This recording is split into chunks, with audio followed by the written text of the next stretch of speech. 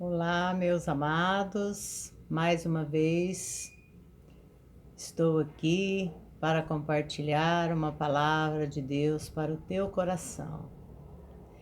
Que a graça e a mais doce paz de Jesus Cristo seja com todos. Amém? Amados, a palavra hoje está no livro de Joanas, capítulo 1, mas nós vamos dar uma passeada até o 4, tá? Não vou ler muito para não prorrogar, mas vamos ver o que Deus nos dá desse assunto. Veio a palavra do Senhor a Joanas, filho de Amitai, dizendo: Levanta-te e vai à grande cidade de Nínive e clama contra ela, porque a sua malícia subiu até mim. Mas Joanas levantou-se a fim de fugir diante da face do Senhor para Tarsis. Desceu a Jope, onde achou um navio que ia para Tarsis. Pagou a sua passagem e embarcou nele a fim de ir com eles para Tarsis, para longe da presença do Senhor. Só até aqui, amados. Vamos orar ao Senhor? Papai, em nome de Jesus Cristo, teu Filho amado, venho diante de ti, Senhor, pedir revelação, sabedoria, conhecimento da tua santíssima palavra, que o Senhor faça somente a tua santa vontade, Senhor, usando-me como um canal nas tuas mãos, Senhor. Reconheço a minha pequenez, Senhor, diante da tua imensa grandeza. Mas eu te louvo, Senhor, porque o Senhor nos concedeu a honra e o privilégio de falar do teu grande amor. Muito obrigada, Senhor. Eu te agradeço em nome de Jesus e te digo para que fique à vontade no trono que há no meu coração para ti, Senhor Jesus. Muito obrigada. Em nome de Jesus. Amém, Jesus. Então, amados, estamos diante de uma história, verídica da palavra de Deus, de um homem, o profeta Joanas. Ele recebeu do Senhor a ordem de ir até a cidade de Nínive, que era uma cidade que a iniquidade dela estava aborrecendo já o Senhor, a malícia dela estava subindo e aborrecendo a santíssima presença do Senhor. E o Senhor, como Ele é misericordioso, Ele sempre manda um aviso, Ele manda um escape para que a pessoa escolha, se é isso mesmo que ela quer, se ela quer mudar, se ela quer se converter. Então aqui diz: levanta-te e vai à grande cidade de Nínive e clama contra ela, porque a sua malícia subiu até mim. Mas Jonas levantou-se a fim de fugir da presença do Senhor. Tomou um outro navio e foi para Tarsis. E levantou-se, aqui no capítulo, no versículo 4 diz: mas o Senhor mandou ao mar um grande vento e fez-se no mar uma grande tempestade, de modo que o navio estava a ponto de se despedaçar.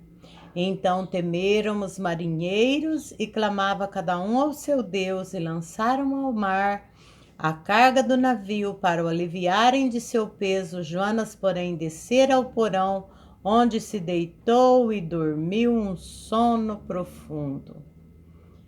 Amados, como pode uma pessoa que conhece a palavra de Deus, que conhece Deus, que ouve a voz de Deus, depois de desobedecer o Senhor, ainda dormir um profundo sono, já estava com o caráter bem deformado, já estava com a consciência bem mesquinha, Porque a primeira coisa que um filho de Deus, ele sente a consciência pesada, ele sente um peso, quando ele desobedece o Senhor, quando ele está em pecado, e ele parecia tranquilo, né? Isso já revela um certo endurecimento da parte de Joanas.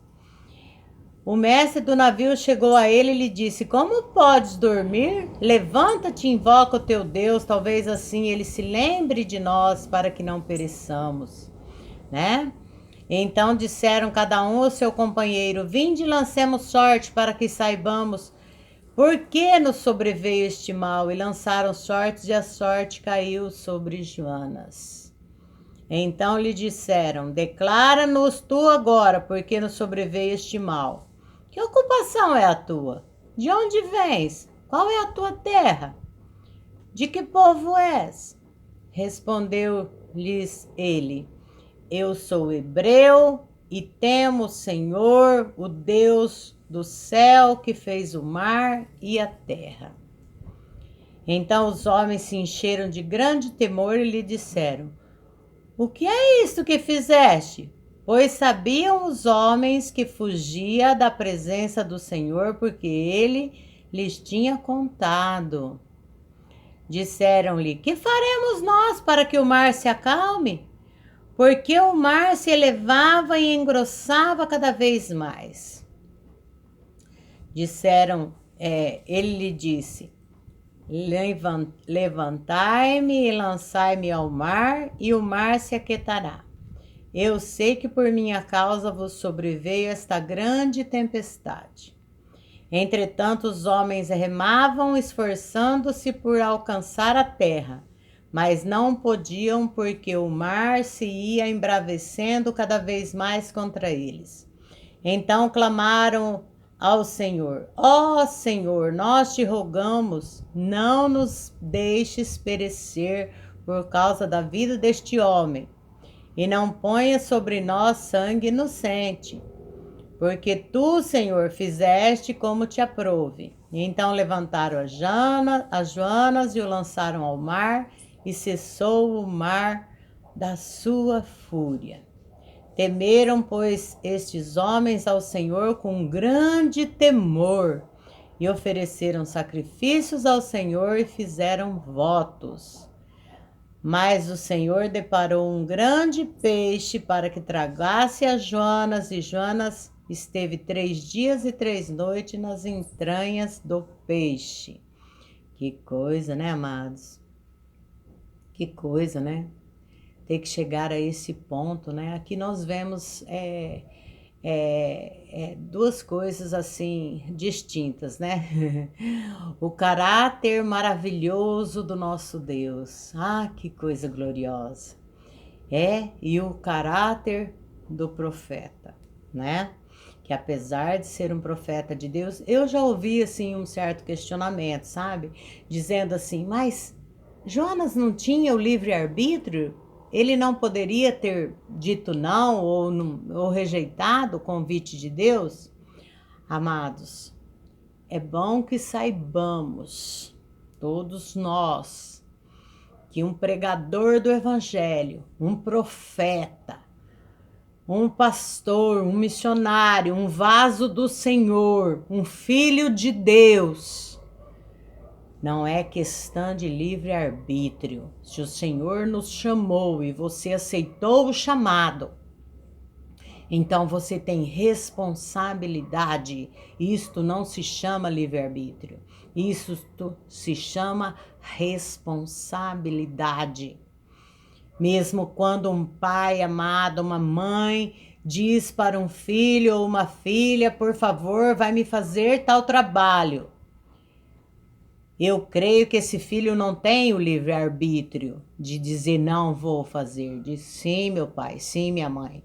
Ele tem responsabilidade para cumprir com as suas obrigações. Se eu me dispus a pregar o evangelho de Cristo e ele me acordar à noite e me mandar para um certo lugar, não cabe a mim questionar. Cabe a mim me sentir privilegiada, porque o Senhor tem muitos anjos pela terra, mas Ele escolheu a mim. Aleluia, né? E Jonas, na sua rebeldia, e por que não dizer na sua burrice, quando achou que poderia fugir da presença do Senhor, né? Arrumou um turbilhão de problemas para a sua cabeça, né? E ficou revelado a todos o tipo de caráter dele, né? Ai, missionária, mas não eram os ninivitas, que eram os assírios, que eram sanguinários? Sim, mas Jonas não era juiz. Isto era problema deles com Deus. E se Deus queria dar essa chance para os ninivitas, né? Como ele deu a chance para o pessoal lá da época de Noé, Noé convidando para entrar na arca, né? Como ele deu a chance lá no caso de Sodoma e Gomorra, para que Ló saísse antes da destruição da cidade. Ele também deu chance para os ninivitas. Se arrependerem, se eles se converterem, se voltarem atrás, eis a chance de não serem destruídos, né? Aqui nós vemos, aí Jonas voltou lá, o peixe obedeceu a Deus, né? O Senhor preparou o peixe, ele passou 3 dias e 3 noites lá no ventre do peixe, fez uma baita de uma oração bendita e disse que ia oferecer sacrifício para o Senhor, que pagaria os seus votos, fez uma oração bem bonita. E aí o Senhor falou ao peixe e ele vomitou Jonas na praia, lá na terra. Amados, que coisa gloriosa, né? Deus fala com os animais e eles o obedecem, né? Várias vezes nós vimos e temos a plena certeza que o Senhor comanda todos os animais, eles entendem a sua linguagem, ele os obedece. Que coisa gloriosa, né? Ele passou 3 dias e 3 noites no ventre daquele peixe, não foi decomposto, né? E se arrependeu, mas dali a pouco a velha criatura de Jonas se aflorou de novo. Estava ele lá desgostoso porque o Senhor voltou atrás, os ninivitas se arrependeram, ouviram mensagem e se arrependeram, se vestiram de saco, começaram a fazer jejum, eles e todos os animais. Olha aí, mais uma vez, até os animais jejuaram, né? E o Senhor viu o coração daquele povo, que eles realmente se arrependeram, e o Senhor voltou atrás. E o Senhor não os destruiu, né? Aí Jonas, ao invés também dele fazer o que tinha que fazer e ir embora, não, ele ficou lá. Porque a palavra de Deus diz que era 40 dias, né? Dentro de 40 dias que haveria a destruição. Ele fez uma barraquinha lá na montanha e ficou lá, né? E não estava contente. Quando ele descobriu que o Senhor não iria destruir, ele ficou muito aborrecido, né? Vamos ver aqui. Vamos ver aonde nós paramos. Eu não vou ler tudo, né? Porque eu quero dar uma passeada pelos 4 capítulos de Jonas. Os ninivitas creram em Deus, proclamaram jejum, vestiram-se de pano de saco, desde o maior até o menor. Quando a notícia chegou ao rei de Nínive, levantou-se ele do seu trono, tirou de si as suas vestes reais, cobriu-se de pano de saco e assentou-se sobre cinzas. Então ele fez uma proclamação que se divulgou em Nínive, por mandado do rei e dos seus nobres: não provem coisa alguma, nem homem, nem animais, nem bois, nem ovelhas, não comam, não bebam água, né? Mas os homens e os animais estarão cobertos de pano de saco e clamarão fortemente a Deus, se converterão. e cada um do seu mau caminho, da violência que há nas suas mãos. Quem sabe Deus se voltará, se arrependerá, se apartará do furor da sua ira, de sorte que não pereçamos. Quando Deus viu as obras deles e como se converteram do mau caminho, Deus se arrependeu do mal que tinha dito que lhes faria e não o fez. Mas aí Jonas fica desgostoso, agora ele fica irado. Mas desgostou-se Jonas extremamente e ficou irado e orou ao Senhor: ó Senhor, não foi isso que eu disse estando ainda na minha terra? Por isso é que me apressei a fugir para Tarsis. Eu sabia que és Deus clemente, misericordioso, tardio em irar-se e grande em amor, e que se arrependes do mal. Agora, ó Senhor, tira a minha vida, porque melhor é morrer do que viver. Mas o Senhor respondeu: é razoável essa tua ira? Jonas saiu da cidade, assentou-se ao oriente dela e fez uma barraca e se assentou debaixo dela à sombra, até ver o que aconteceria à cidade. Então o Senhor Deus fez nascer uma boboreira que subiu por cima de Jonas, para que fizesse sombra sobre a sua cabeça, a fim de o livrar do seu enfado. E Jonas alegrou em extremo por causa da boboreira. Mas Deus enviou um bicho no dia seguinte ao subir da alva, o qual feriu a boboreira, e esta se secou. Aparecendo o sol, Deus mandou um vento calmoso oriental, e o sol feriu a cabeça de Jonas, de sorte que ele desfalecia. Pelo que com toda a sua alma desejou morrer e disse: melhor é morrer do que viver. De novo? Então disse Deus a Jonas: é acaso razoável essa tua ira por causa da boboreira? Disse ele: é justo que eu me enfade a ponto de desejar a morte. Disse o Senhor: tiveste compaixão da boboreira que não te custou trabalho, a qual não fizeste crescer. Numa noite ela nasceu e numa noite pereceu. Mas em Nínive há mais de 120.000 pessoas que não sabem discernir entre a mão direita e a esquerda, e também muito gado. Não hei de eu ter compaixão dessa grande cidade? E termina nesse ponto de interrogação, né? Deus quis ter misericórdia da cidade. Mais de 120.000 pessoas que não sabiam discernir entre a mão direita e a esquerda, né? Mais os animais inocentes, né? E Deus resolveu ter misericórdia. Deus, conhecendo os corações, quando há um sincero arrependimento, quando há um quebrantamento, ali está o nosso Deus. Então, como eu disse no início, amados, a gente vê aqui dois caráteres diferentes, né? Nós vemos aqui Deus como o grande missionário, querendo fazer do profeta Jonas um profeta missionário, né?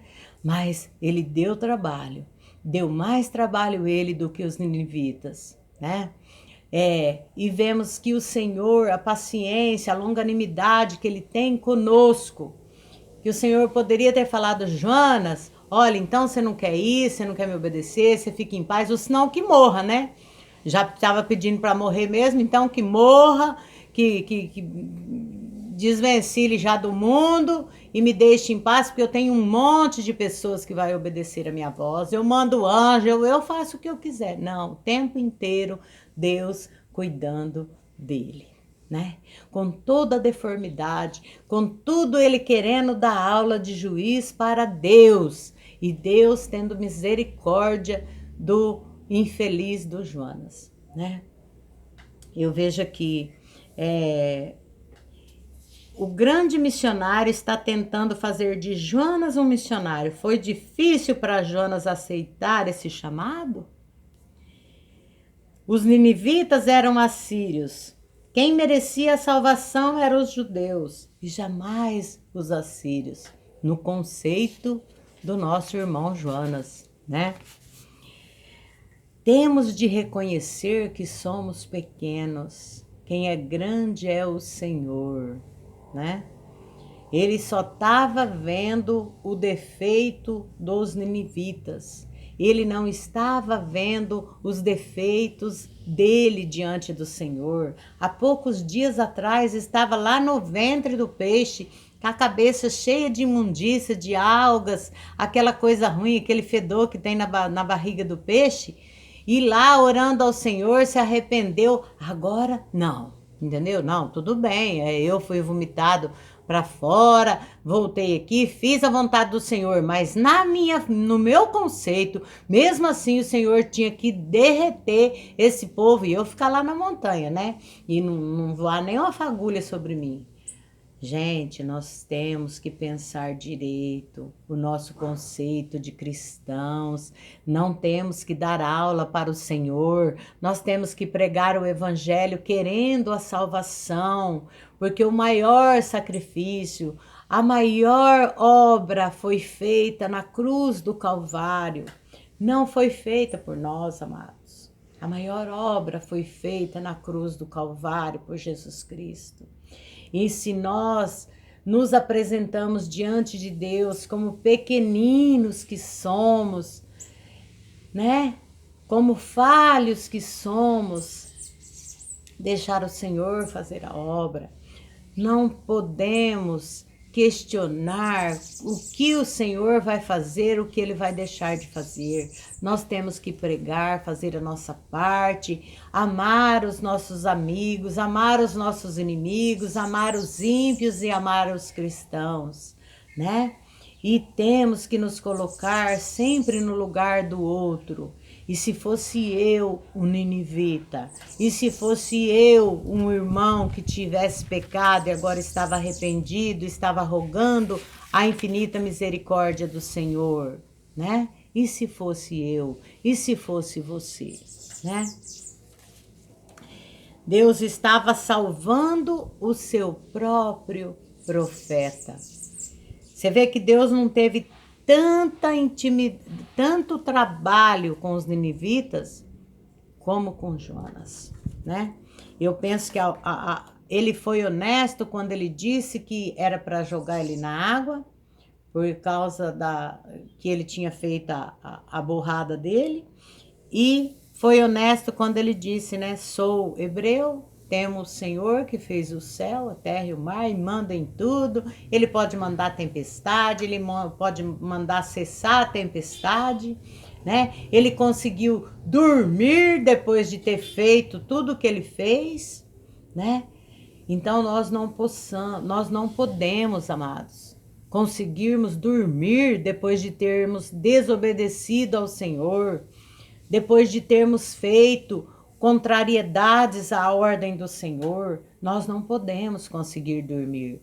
Nós temos que perder o sono e nos convertermos dos nossos maus caminhos para que o Senhor acalme a tempestade no mar da nossa vida, acalme a tempestade na nossa alma, no nosso coração, e que nós tenhamos um coração voltado para o Senhor, e que o Senhor não precise nos derrubar no mar, que o peixe nos engula e que vomite fora, e que a gente fique lá na montanha dando trabalho, querendo que o Senhor meta fogo em tudo, né?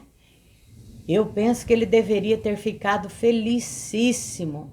Olha, eu passei por tudo isso, o Senhor me perdoou, poupou a minha vida, né? Não, mas eu vou ficar lá na montanha esperando e rateando o tempo inteiro, querendo morrer. Olha o tamanho da misericórdia e do amor e da paciência do nosso Deus, meus amados, tá? Olha o tamanho da paciência que Deus tem conosco, a ponto de ficar cuidando do bebezão o tempo todo, e mal-humorado, e rateando, e reclamando por causa da plantinha. Deus plantou a plantinha, fez que crescesse, Deus mandou que o bicho cortasse, né? Deus poderia ter sido mais duro, mas ele é maravilhoso, né? Então, amados, que eu quero deixar para você com essa mensagem.